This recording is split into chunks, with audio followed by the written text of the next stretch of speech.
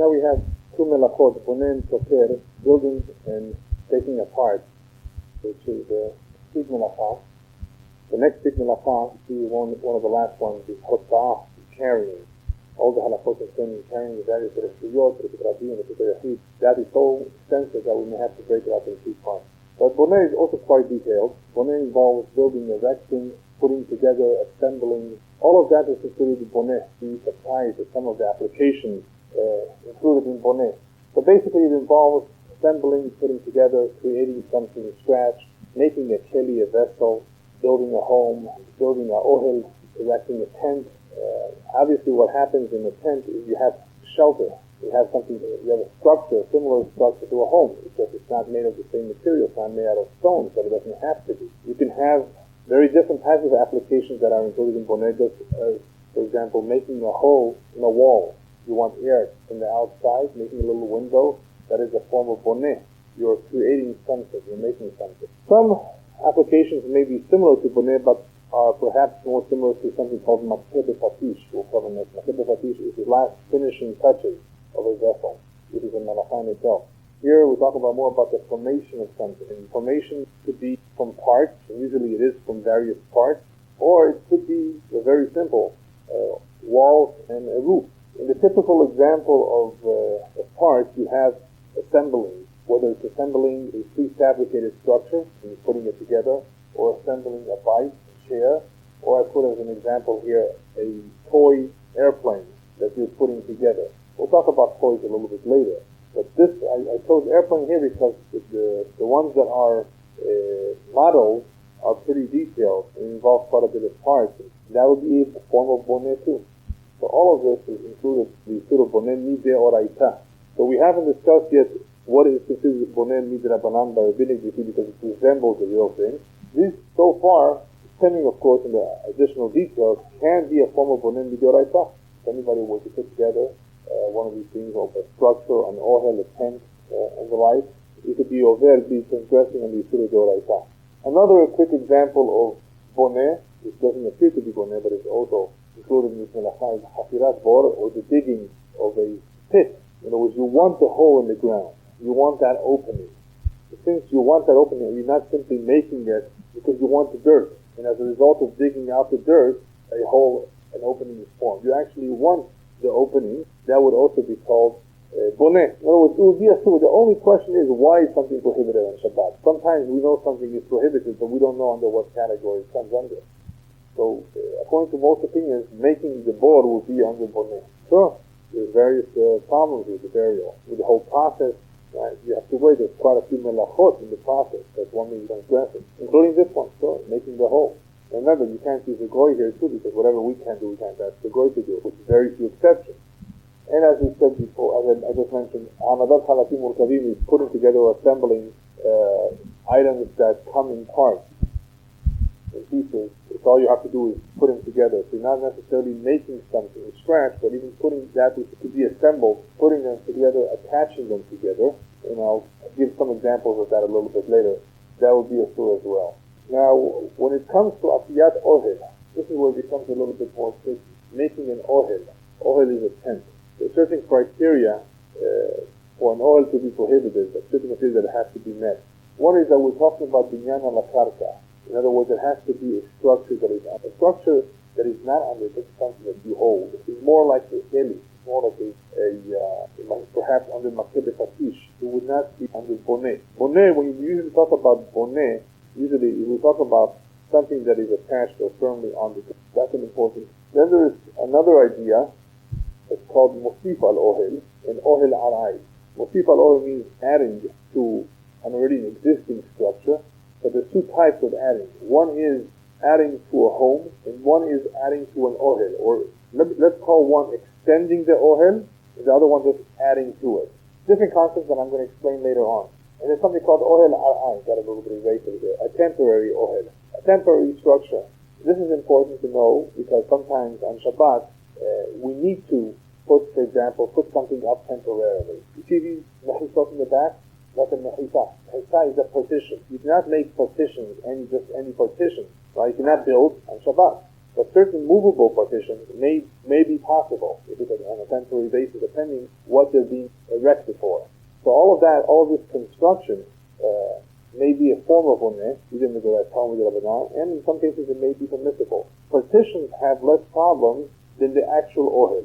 When we talk about ohel, we're talking about something that involves covering. Okay.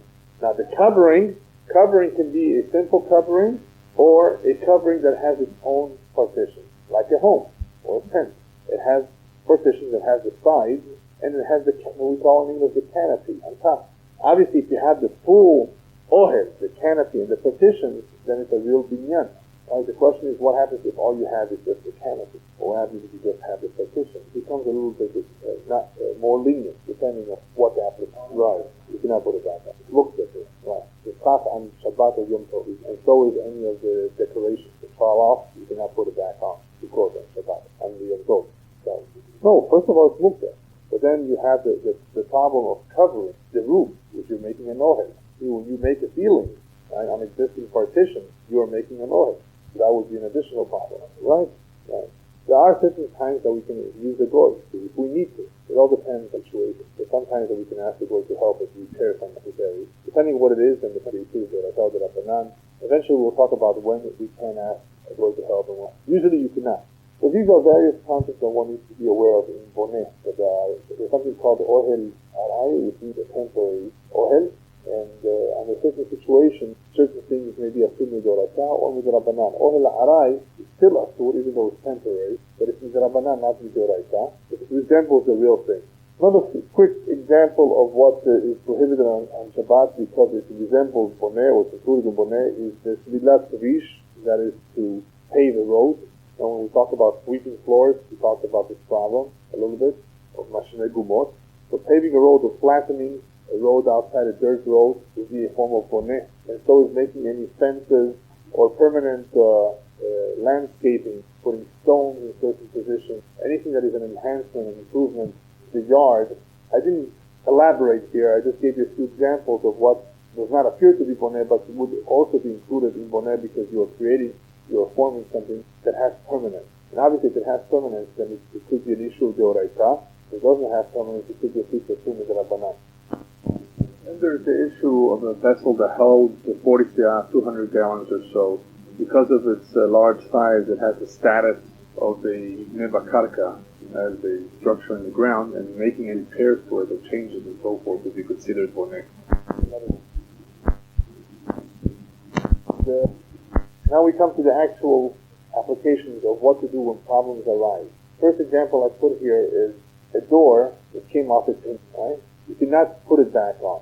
Putting back a door on its hinge is a form of boneh. That would be a on Shabbat. You just have to leave it there, the way it is until after Shabbat. Right?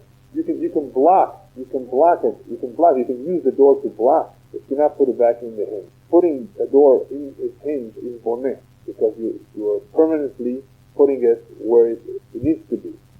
Well, obviously, anytime you have pikuach nefesh, it's a different story. We're not talking about pikuach nefesh now. Right. Another example is yadit shenafla, a handle that fell off the door. You cannot put it back.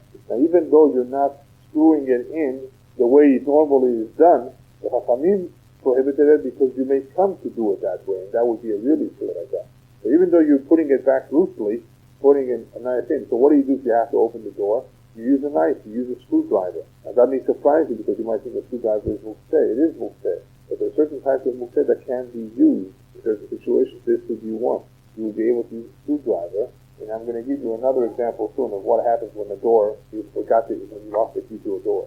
You're not allowed to break through it. So we'll talk about that. Yes, but with the doorknob, very similar to the situation with the hinge. You cannot put it back, even though you're putting it back loosely. That is also boneh, bisanan. I mean, did not want us to assemble anything, or even something that was broken off to put it back, because you may come to do it the proper way, which is using nails and screws, and that would be a sudoraita. So you cannot even put it back loosely on the door. Yeah, you can take a screwdriver if you need to open it up, right, instead of the knob. No, you cannot tighten it. No. Tightening is also the same problem. What I may not have put on this list is the various items that resemble knobs. For example, latches, right? A latch or a crossbar. A crossbar is, what you put on the big door to close the door. Latches are the small ones that you slide. No, of course, if it's there, but let's say it fell off, it broke. Can you take a nail, use it instead? You hear the question? So for that would be a form of bonnet too. Unless the nail was tied, for example, to a string. It was there before Shabbat. And of course, once you designated that for use, it's like a bowl, then that's okay. If you designate something and you put it there, and it also resembles, or it resembles a keli. It's not a real nail. It resembles some other tool, then it would be permissible. Just to take a nail, a screw or something, leave there instead would be a tool. If it was left there hanging, then it becomes part of the door. Then it's okay to open and close with these things as long as it's part of the door. You're not contributing something new over here. You follow me? No, before Shabbat, you designated a nail. It's already broken. Yeah, but on Shabbat, you just can't put something there that's not that. Because that would be a form of bonnet. And bonnet also includes, I may have put it up later, let's see there. Yeah, I'll speak about it a little bit later. So all these items that have a use, that fall off, it would be a tool for us to put it back. Okay, another important point to keep in mind is that we spoke about the difference between something that is arai or something that is kavua, that is permanent. How do you determine if something is permanent? It usually involves what the intent is, right? And the type of construction, if it's flimsy or if it's strong. A sukkah, for example. A sukkah is if it's done properly, it's a good construction. It's called bonnet. Right? And if it's made to last for more than 7 days, then it's for sure considered a bonnet. So the 7-day period is important here, because that gives us an idea of how long this is going to be for. Now, people can make things they'd like it to last forever, but it's so flimsy that even though they wanted it to last forever, it can't. Example, imagine creating a wall of bricks without putting mortar in it. Eventually it will fall. It cannot, or no foundation. So even though it's made of the right material, it's intended to last for a long time, but the way it's made is a sumid rabbanan, not midoraisa. You can have something which is not as strong, but it's because it makes it to last more than 7-8 days, and it meets its purpose, it's useful, like a sukkah. It's not just a few sheets. It's a real wall, that even though it's temporary, you find to take it off, take it down. But because it's going to last more than 7 days, and it's solid structure, it's going to be a certain age. Kavua, and arai is the arai, ain reish aleph yud. Okay, so that would be, arai would be a sumid rabbanan. Now what about just doors? Why are we allowed to open and close doors? Isn't that a form of bonnet? The reason is because that is the derech tashmi shor. That is how you use it. It's there for that purpose and for that use, right? So even though you're closing, you're sealing a window or an entrance to the door, because that is the way it's used, there's no issue. Tashmi shor. In other words, that is how it's used. Yeah. So let's say you have, those toilet paper holder. That's made to take off and put back. It's not like the door and hinges that is made to stay. So that you would be able to remove to put another roll of paper, even though you're reassembling it. It's made to do that. That's how it's used. Right, you wouldn't be able to put it in, well, you could use it, let's say, I don't know. Yeah, right. Yeah. Okay, let's see, what else do we have here? Mosif ala binyan, that's what I mentioned earlier. You cannot add to an existing structure, you cannot put a nail into the wall, right? Adding a nail to the wall would be osafala binyan, which would be asur. Putting tile on the floor. You already have a structure, but you're adding to it. That's also called bonnet. That's a form of bonnet. You're adding tile. Laying down a permanent rug, big rug, maybe asur as well, for the same reason, because of the tile. That's mosif ala binyan. Because even though you already have the structure, a big one that's going to go permanent, right? Even though it's not glued down, or still you plan it to stay, it may be a sur for the same reason. It's a form of bonnet. You're adding to an existing structure. Even though the structure exists, by adding to it, you're also committing a bonnet. Now, yeah, putting down, if that's what's going to cover the surface. No, not on top of another tile. On the cement, in other words, to use it as a floor covering. Where? Hafirat bor. That's digging a bore, it is. Yeah, right? Alright, another concept of which is similar to bonnet is something called bitul. In the olden days when they didn't have real floors, how did they make their floors? With hol, with sand, with dirt. They would put a new sheet or a new layer actually, of hol. Placing new hol would be something called bitul. You're making it now become part of the structure. Kamevatelet, in other words, you are annulling it, making it part of the existing structure by putting it down and not removing it later. That's also a form of oneh. Bitul means to annul, in other words, to cancel it out, to make it becomes part of the original structure. It's no longer by itself. Right? Because even though it appears to be by itself, you didn't attach it like a nail, right? But bitul means that by putting it there and by intending to leave it there, you are mevatel. You are annulling its independence by indirectly attaching it to the structure. So that's a form of hosafala binyan or bitul, and that's also a boneh. There is a question in halakha what to do about major blockages in the taneret, in the piping. Can you use a snake on Shabbat, right? In the plumbing, a major clogging. So we are lenient when it comes to the toilet, to the sink, the kitchen. You can use a plunger. We are lenient with that, but we're not lenient with using snakes to unclog major blockages in the pipe, in the sewer pipe, or in the one outside, the marzev, the gutter. Okay, if there's major blockages, by unclogging there, it's like you are creating something. You are making something new, because repairing can also be boneh, right? Depending on what is exactly being done. Then you of course you need to get a goy. Yeah, but ordinarily here you would not even use a goy. So it all depends on the circumstances. But that is an area where there are questions. What can we do and how much can we? Because all I'm doing is removing dirt. Well, if all it is a little bit of leaves, it's okay. But if it's a major blockage, once you unclog it and remove it, then you're making something new. So it's an issue in the halakha I just wanted you to be aware of, that you don't want to get involved with major work like snaking, doing all of that on Shabbat. But a plunger is okay. No, you can't allow people to work for you on Shabbat. Makes no difference. Yeah. Even if he calls him, if you know that he's going to do it on Shabbat, you have to stop him. If you don't know, then you're unaware of it. But once you find out, it could be a problem. You don't want to benefit from work that was done for you on Shabbat. Right? She can clean up because she's not doing any prohibitive work on Shabbat. No, even for you. To clean dishes, that's not prohibited. To sweep the floor, to take out the table, to make the beds, that's okay. No, she can do it however it's more convenient for her. Sure she could. Yeah, as long as she's not doing prohibited work, turning on the lights for you, right, for you. For her, yeah. What? If she can wash the floor in several ways, if she chooses to do a way which is not permitted, that's okay because she's doing it for herself. It's easier for her to do it in one way. Right? You can't instruct her to do something which is asur in Shabbat. Now, she shouldn't use the dishwasher because that makes noise. There's a problem with his ayin, even though it might be easier for her. No, she should not use a vacuum. Right? So that would be similar to a melacha which is prohibited, even though she's doing it for herself. Still, because of marit ayin problems, we do not allow maid to use that, make noise and asur on Shabbat. But if it's not asur, she can work for you, she can for you. If it's prohibited work, you cannot benefit from work that's done for you on Shabbat. If it's prohibited, if it's asur min Torah, you cannot have work done for you on Shabbat. No. If what he's doing is prohibited work, if what he's doing is not prohibited work, all he's doing is alleviating you want to go to shul. You don't want to sweat. You don't want to get down on your knees on Shabbat and do something, and you want to have him do it, fine. If it's necessary, right?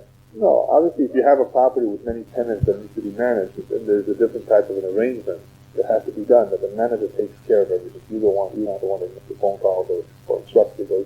You have the manager take care of it. He's responsible. Make sure everything is functioning. That's different. So you have to have an arrangement. What do you do if something breaks down on Shabbat? You have to have a Shabbos manager. That's all. He takes care of any problems. You don't want to be bothered. That's his major decision. But as far as instruction or calling, no. All right, what do you do if curtains or blinds fall down? There's a question about whether you can put them back on. It's better not to put it back on, even though it's not considered really a surah according to some opinion, because that's not really boneh, blinds and curtains. But of course you can't put the parts, the sheets up, but just the blinds or the curtains. Some say it's okay, some say it's better not to. If you really have to, go. All right, what do you do with candelabra that needs to be assembled? And Shabbat is muktzah, but on Yom Tov you can light it, right? So as we said before, even those things that are already made but need assembling is also food. You cannot put together, pieces. that are assembled, right? Whether it's a candelabra or a bed or a chair, any assembling, a candelabra, Hamut. What you like Nerot Shabbat? You know that? Hamut. Yeah. Candelabra is called in English. Like, it holds candles. Right. It's not a candle holder. Candle holders are just a candle holder, a single candle holder. Candelabra is a major piece of silver. Yeah, but it's made for Shabbat. It has 5, 6, or 7. Right? That's called a candelabra. So if some of them are made by assembling, you can't do that on Yom Tov. Shabbat is muktzah for it, but even on Yom Tov you can. What about folding chairs? No problem, because the chair is made to be opened and closed, similar to that, right?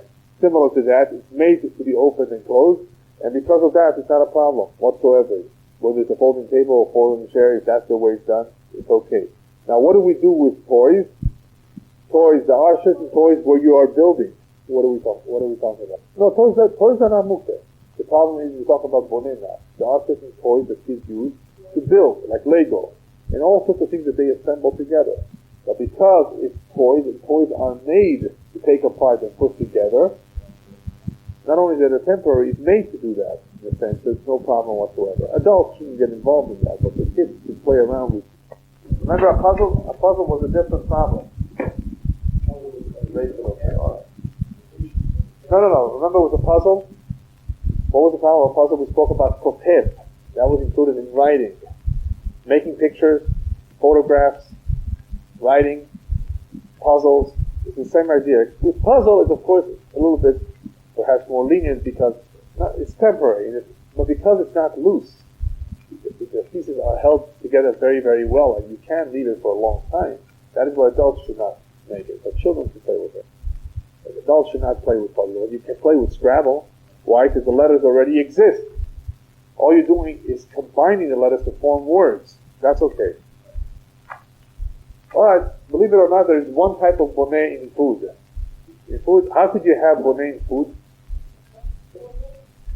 The one that everybody agrees on, there might be a few applications, but the one that everybody agrees on, that is boneh in food, which is a sur, is making cheese. As you know, the making of the cheese and butter involves 2 steps, at least 2 major steps. One is the separation of the whey from the curd. The curd is the pieces that fall, the whey is that liquid that is separated. That is a form of borer when you're doing that.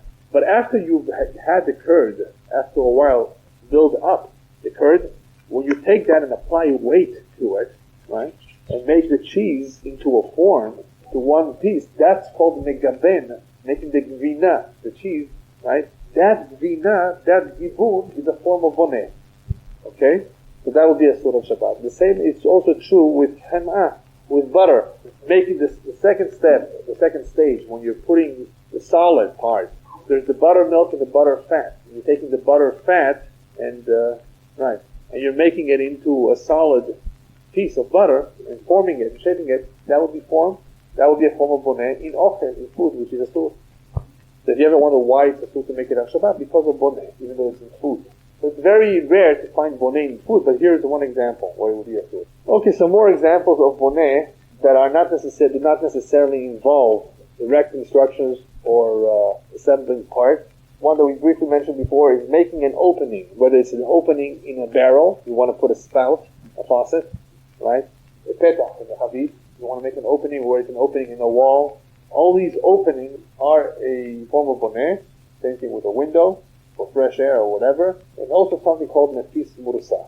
Nefis mursa is a sur, and what it means is opening a wound. Let's say you have a wound full of pus. Now, if the pressure is building up in a wound where there is pus, you're allowed to prick it to take out the pus.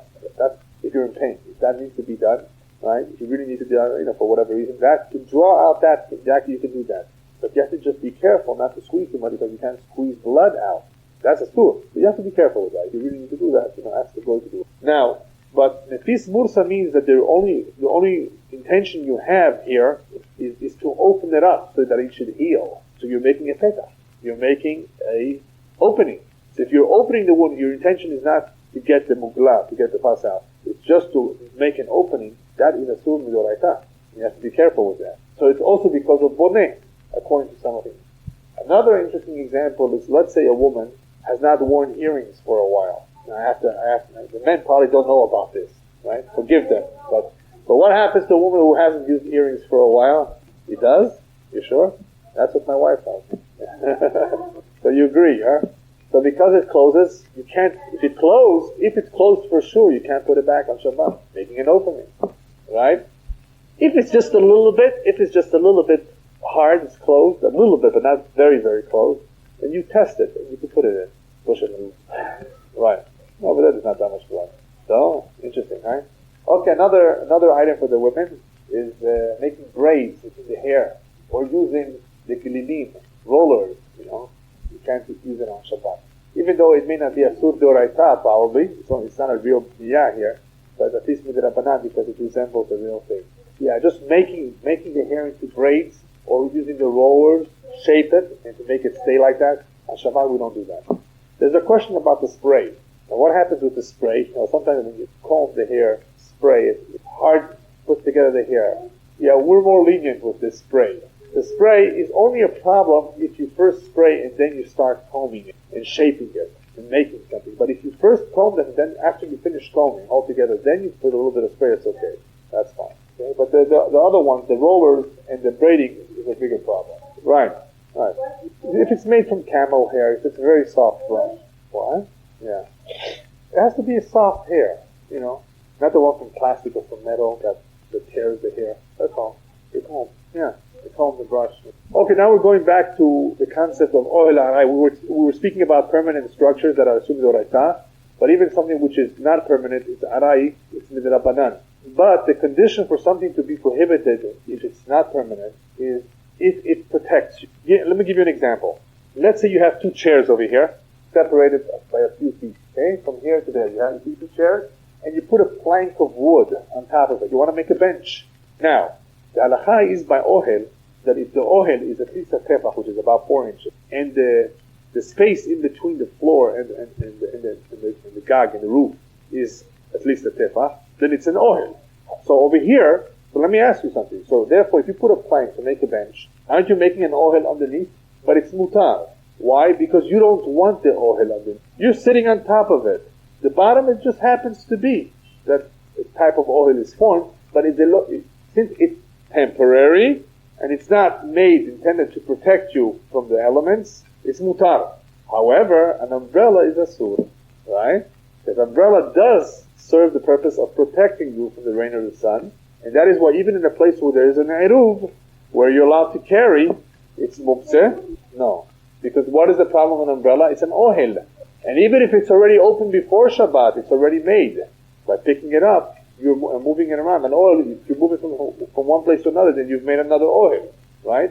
If this is an ohel, you take it from here, you take it to another spot, you recreated the ohel, and that would be a sur. So that is why the majority of opinions do not permit umbrellas whatsoever on Shabbat. Yeah, some say it's not an exact ohel. The Mechaber, it's interesting, the Mechaber Bet Yosef even mentioned that you have to be careful not to wear wide brim hats. Wide brim hats that the brim is more than a tefach or more, because you're making an ohel on yourself. Because what is the brim for, especially in his days?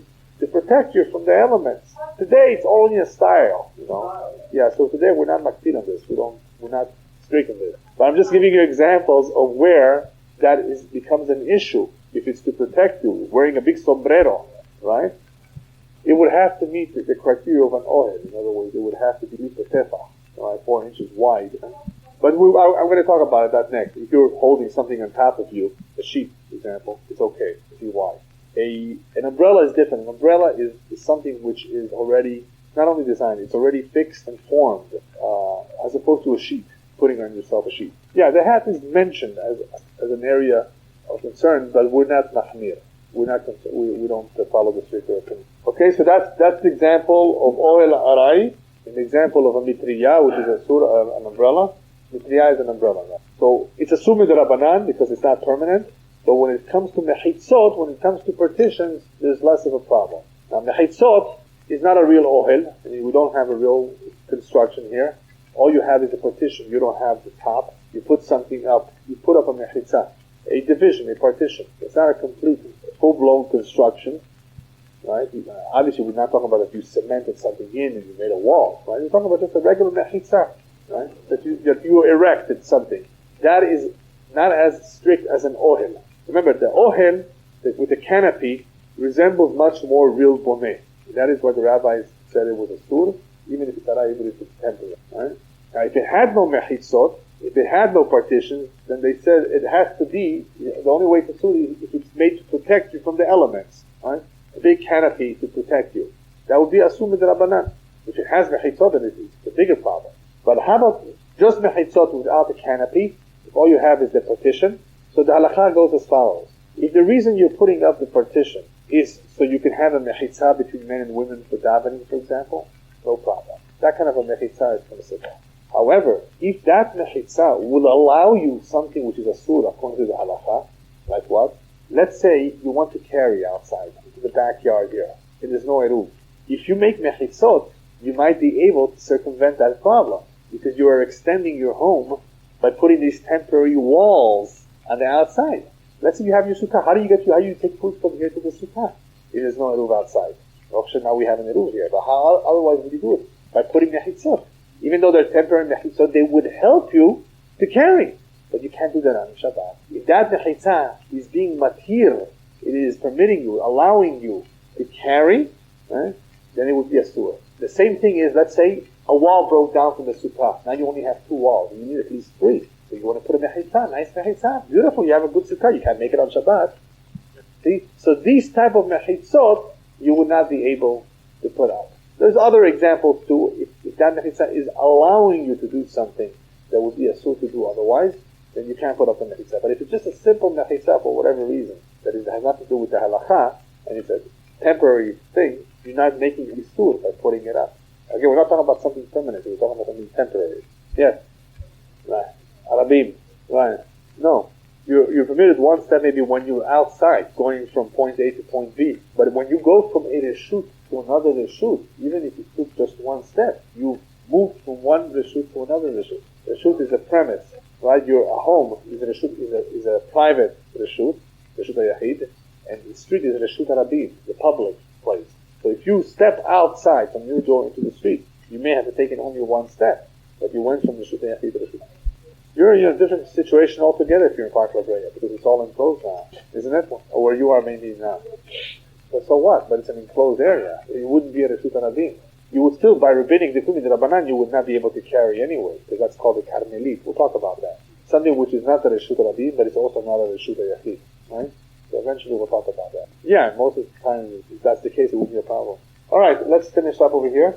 Okay, Osafa al-Ohel, to add on an Ohel. You're allowed to do that. Let's say you have the stroller. The canopy, the hood of the stroller is an ohel, right? But it's already there. It's already there. You already have it. All you're doing is extending the ohel a little bit more. That's fine. Know where this is important. This osafat al-ohel, especially in the East Coast. Have you ever seen a sukkah where on top of the sukkah they have a plastic roll? In case it rains, they roll it and they cover the sukkah so the inside should not get wet. You haven't seen it too much here, because here, Hashem sends us rain after. Right after we say Mashiva Ruach and Moridah Geshem. Right? Special order. He doesn't send us Sukkot, usually rain. So usually we don't have this problem. But in the many places where they have rain, they can't have rain in the Sukkot, you will see they build or make a plastic sheet, roller, what do they call it? That blue tarp, right? To cover the Sukkah. Now you can't sit underneath the Sukkah that's covered, obviously, but at least it's to protect the inside of the sukkah. So if that is already opened, that's an oil. That would be a form of oil perhaps. But if that's already opened a little bit, you can continue to unroll it more. See? So that's called osafala oil. If an oil is already opened a little bit, you can add onto it. No. An umbrella is already something fixed. You're not adding anything. It's the oil. It's the only oil that you have to deal with. Yeah, unless it's attached to the sukkah itself already. If it has become part of the sukkah, then it becomes like a door that you can open and close.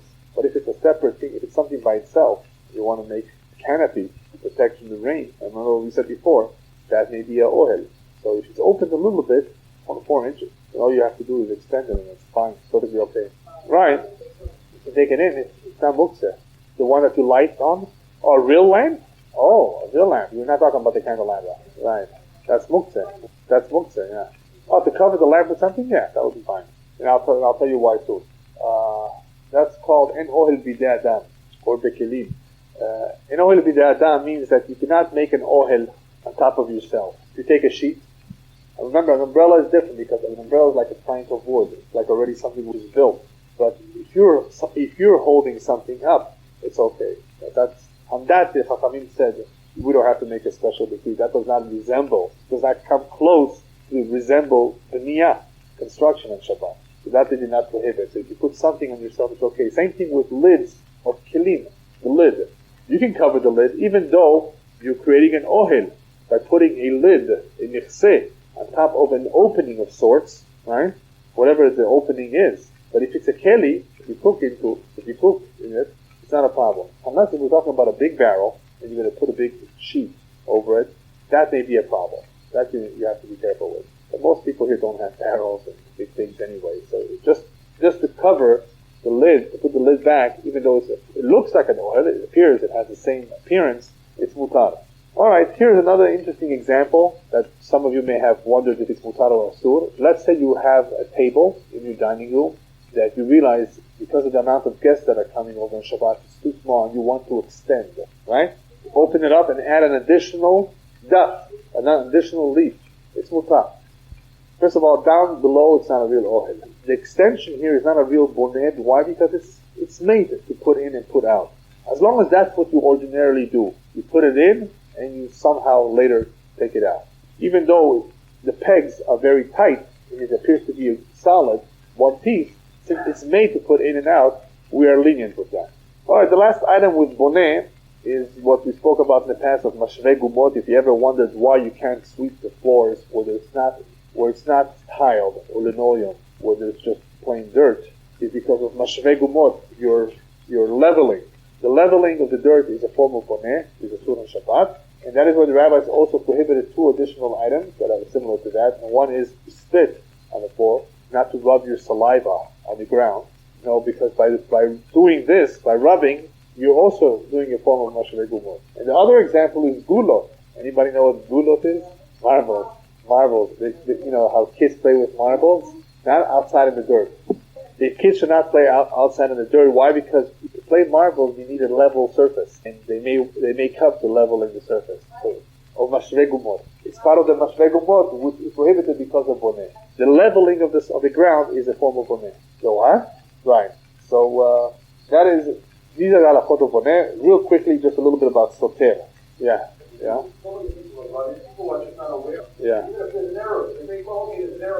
So the problem is because of ohel, not because of... Right. So how much are you obligated to tell us? You're ignorant of it. You may not be aware of it. It all depends if you will listen or not. That's a whole big area.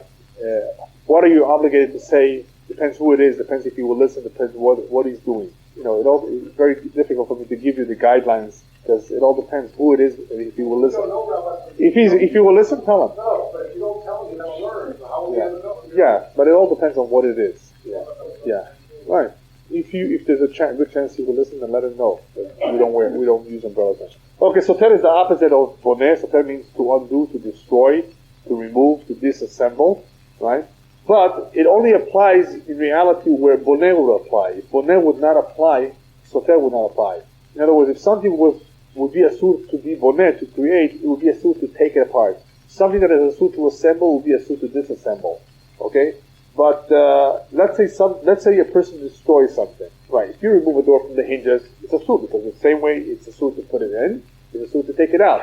But let's say, give an example. Derech hashchata. You break a window. You don't remove it. Right? No. You want to break something for whatever reason. You have an old piece of furniture. You want to break it up to pieces and throw it out the garbage. That's not called soter. That's called derech hashchata. It's still asur to do. Stop. For no reason, right? But it's not because of soter. It wouldn't be a asur midoraita. Soter is only where boneh applies. If putting this together in a certain way would be asur because of boneh, taking it apart would be asur because of soter. So here's the example I mentioned before. What happens if you lost the key to the door? You can't break down the door. You cannot break down the door. You cannot destroy the lock. Use a knife if you can. Obviously, if you need to, for whatever reason, get in there, it's important. Get a guy to do it. If a child is stuck in there, then you can break it down. Because a child can become very nervous, and that could be dangerous. Right? So that's different. But you can't break it down. Even though it may not be soter, it would still be asur. So soter only applies wherever boneh applies.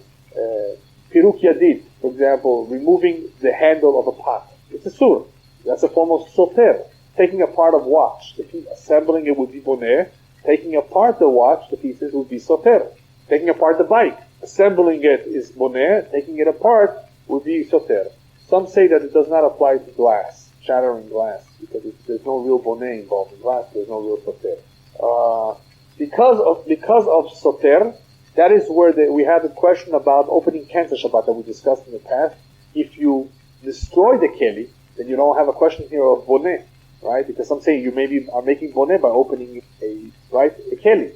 So if you break it up, right, by puncturing it, making a hole, making it not useful, then you are avoiding the problem of boneh, and it's not called soter, it's called mekalkel. So it would not be a problem. That would be one way to do it if you could not open it before Shabbat. But the problem, in other words, I'm talking about the ones that have problems. Certain cans, opening them where there may be a question of whether you're making boneh by making an opening. So if you destroy it, making a hole, and of course you empty the cartridge and throw it out, we said it's permissible to do so. There's a question of what to do if you live in the East Coast. There's a lot of snow. As far as removing the snow and the ice, the big question whether it's a sur, if there's any boneh involved. One thing is for sure, there's a lot of work involved. And a lot of work, even though it may not be prohibited, it's still a sur, because on Shabbat you're not supposed to overwork yourself. Even if what you're doing is not a sur, it's not a melacha. Right, it's too much tircha, so you don't want to shovel snow on Shabbat. If it's fresh snow and you just want to move it away from you, that's fine. But if it's hard snow, ice, you should definitely not break the ice and move it. Okay, and the last item is horadat mechitza. In the same way that you can put up a mechitza, you're allowed to put down the mechitza. Right? It's not a sur. However, there's something called bitul kli me'echano, which the rabbis included that in soter. Soter means to disassemble. That's a sur on Shabbat. And so is taking a keli and making it intentionally muktzeh on Shabbat. The keli was not muktzeh. Muktzeh means you can't touch it anymore. How did you make something muktzeh? You put it, let's say, underneath a candle that was dripping oil. You wanted it to catch the oil that was dripping, right? You don't want the table to get dirty. So you put a keli underneath. By putting something there and dedicating it, in other words, to this dripping, that it should catch all of that, you are making this kli muktzeh. Yeah, which eventually we'll talk about what muktzeh is. Muktzeh means you cannot touch it, use it on Shabbat anymore. So you cannot intentionally on Shabbat make a keli muktzeh by disqualifying it, being mevatel et akli mehechano. By putting it in a place where it's going to catch something, and that something is going to make it muktzeh, that whole keli is going to become muktzeh. that is learned from soter, right? Soter meaning to disassemble something. So it's midrabanan, and because it resembles that the rabbi said you can't make that you can't do that on Shabbat, and that happens from time to time. There are situations where one can be without realizing being mevatel hakli mechano by putting it in a spot where, because of where it is or what it's doing, it will become muktzeh for him. No, but you can't do that. So you can't make a kli become muktzeh. You can do that. You can put that before Shabbat, right? Yeah, of course, it's muktzeh on Shabbat. Well, obviously, if you can put a napkin, put a napkin. But we're talking about a situation where you don't want to put a napkin. You want to put something that will more solid, like a keli. I mean, unless you're afraid the candle is going to fall off, you want to put something there. With the candle, it's not a problem. You always shake it off.